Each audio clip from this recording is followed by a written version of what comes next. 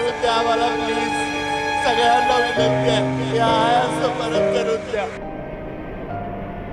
आपल्या घरात एखादी बुजुर्ग व्यक्ती करती व्यक्ती गेल्यानंतर जो एक आभाळ कोसळतं आपल्यावर, तीच अवस्था माझी झाली. माझ्यासाठी हा वटवृक्ष होता.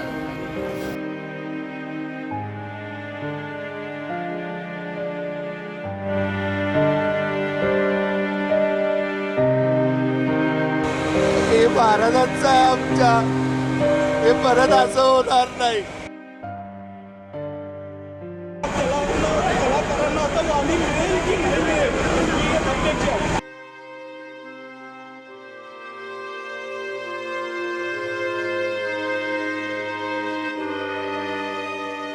तुम्हाला अक्षरशः रडताय तुम्ही, म्हणजे एवढ्या पाहुण्याच्या याचं घडलंय.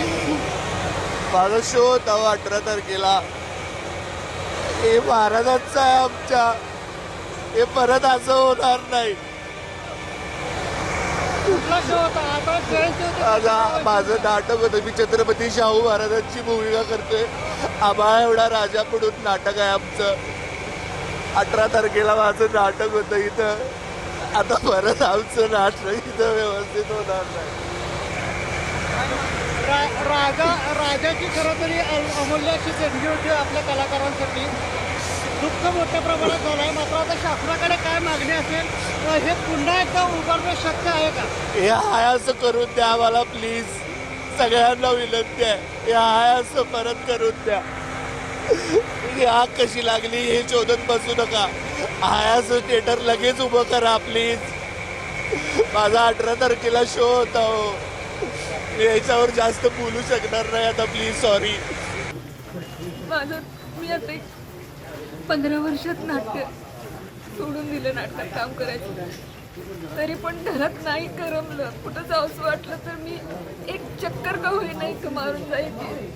स्टेजला माथा टेकून जायची. माझं म्हणजे आधार होता. मला घरात मन नाही लागलं तर मी इथं बाकावर येऊन बसायचे. इथे कर्मचारी वगैरे त्यांच्याशी बोलत बसायचे. माझा बराचसा आयुष्याचा भाग इथं खर्च झाला. नाटकाच्या तालमी असो, नाटकाचे प्रयोग असो, या केशवराव भोसले नाट्यगृहाशी माझे अगदी आत्मिक संबंध होते. आणि रात्री कळल्यापासून माझ्याकडून यायला मला इथं काही वाहन नव्हतं. मी लांब राहते.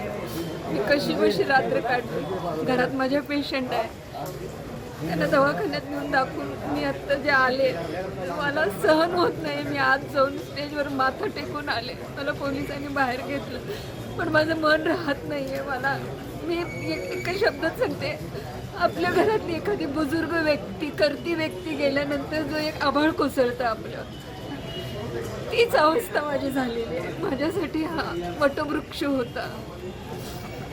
घरात काही जरा नाराजी झाली किंवा मन लागलं नाही तर मी उठून येऊन इथं बसायची. मग इथं सगळ्यांची गप्पा मारत तेवढा वेळ काढून जायची. कार्यक्रम नसू दे, काही असू दे, स्टेजवर एक चक्कर तरी मारून जायची. इतकं या केशवराव भोसले नाट्यगृहाशी नाळ जोडलेली आहे. आणि ही फक्त माझी नाही आहे, या केशवराव भोसले नाट्यगृहाशी म्हणजे जे माननीय केशवरावजी भोसले यांच्याबरोबर माझ्या वडिलांनी तबला साथ केलेली आहे. माझ्या वडिलांची नाळ इथं जोडलेली आहे. हे सगळं आठवून मला भयानक वाटायला लागले. मला आज असं वाटायला लागलं की माझ्या वडिलांचं छत्र 30 वर्षापूर्वी हरवलं होतं, ते आज हरवलं. माझ्या ह्या पलीकडे भावना मला नाही बोलता येत. मला माझ्याकडे शब्द नाही. आमच्या डोळ्यांनी बघावं. आज आमचं आभाळ ठेवणं झालं, आमच्यावर आभाळ कोसळले. राजांनी बांधून दिलेला राजाश्रय आज आमचा ढासळला. या कलाकारांना आता वाणी मिळेल की नाही मिळेल ही अपेक्षा आहे. कलाकार परत रस्त्यावर आला एवढंच माझं म्हणणं आहे. फार मोठं नुकसान एकदम पाचवीला पोचलेलं आहे. कोल्हापूर काही गोष्टी नष्ट होत चालल्या आहेत. फक्त तीर्थक्षेत्र म्हणून कोल्हापूरची ओळख राहिले की काय असं वाटते. पण हे कलापूर आहे. पण आज ह्याला एक मोठी लागलेली आहे. खूप लोकांचं नुकसान झालं.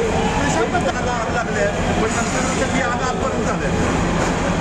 आणि हा कलाकार हे जे काही नुकसान आहे ना, आपला घरचा बाप केल्याचा दुःख आज होतं.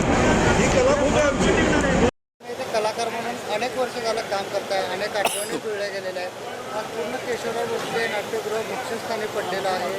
किती वेदनादायक आहे त्या सर्व गोष्टी आपल्याला? आहे, पूर्ण वेदनादायक आहे. कारण मी तर आत्ता सर्वसामान्य कलाकार आहे आणि माझ्या आधी कित्येक 2-3 पिढ्या ज्या असतील त्यातल्या प्रत्येक घरातल्या किमान एकानं तरी स्नेहसंमेलनाच्या निमित्तानं इथे रंगमंचावर पाऊल ठेवून आपलं रंगभूमीवर पदार्पण केलेलं होतं. या प्रत्येकासाठी निश्चितच ही गोष्ट वेदनादायक आहे. खरं म्हणजे ही पटण्यासारखी गोष्ट नाहीच आहे. कारण मगाशी आम्ही इथे बसून या सगळ्या गप्पा केल्या की बाबा उद्या आपला शासनाचा प्रोग्राम आहे आणि त्याची सगळी जुळवणूक आपल्याला करायला पाहिजे. सगळं काही व्यवस्थित चाललं होतं, सुरळीत चाललं होतं. आतमध्ये एक रिहर्सल चालू होती लहान मुलींची, ती सुद्धा व्यवस्थित चालली होती, तेही बघत बसलो. पण मी माझ्या कामाला म्हणून बाहेर पडलो कारण उद्याची सगळी यंत्रणा जुळवायची होती.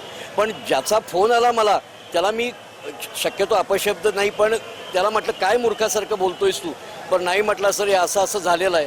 पण ऐकलेली घटना, ही घडलेली घटना अत्यंत दुर्दैवी अशीच आहे. पण शो मस्ट गो ऑन, आपण हे उभं करायचं. कलाकार कधीही आपली हार मानत नाही म्हणतायत, पुन्हा लढून उभं राहत. खरंय खरंय. आपण सर्व कलाकार आता जरी डोळ्यात अश्रू असले तरी पुन्हा कसं उभं राहणार आहे, आपल्या घराला कसं पुन्हा उभं करणार आहे? एकतर शासनाच्याकडनं सगळं काही करेलच, पण वैयक्तिकपणे मी एक स्वतंत्र कलाकार म्हणून, सर्वसामान्य कलाकार म्हणून माझं तन मन धन तिथं अर्पण करून जे काय असेल, माझा वैयक्तिक खारीचा वाटा जो का असे ना, पण तो मी द्यायला तयार आहे. असे सगळेच जण करतील आणि 1 वर्षाच्या आत हे पुन्हा तेवढ्याच दिमाखात उभं होईल. पुढची जी जयंती असेल केशवराव भोसलेंची, ती आपण नव्या थिएटरमध्ये करूया. अगदी जयंतीवरनं विषय, उद्या जयंती होती केशवराव भोसले. होय होय होय. आणि त्याच्या आदल्या दिवशी ही घटना घडते. कशामुळं घटना घडली, काय घटनाक्रम होता, नेमकं काय घडलं होतं हे संपूर्ण? एक तर झालं असं की आम्ही आता ह्या गोष्टी कुणाच्या डोक्यातच येत नाहीत ना, असं काय होईल. तरीसुद्धा प्रत्येकजण इथला सगळे कर्मचारी प्रत्येक गोष्टीकडे बारीक नजर ठेवून असतातच. आणि नेमकं आजच पाऊस नाही बघा. खरं म्हणजे आज पाऊस पाहिजे होता भरपूर, निदान हे तरी झालं नसतं. पण सगळेजण लक्ष ठेवून असतात. असं काही घडेल असं वाटलं नव्हतं. यंत्रणा सगळ्या मजबूतीनं काम करत होत्या, पण नाईलाज आहे, काय करणार.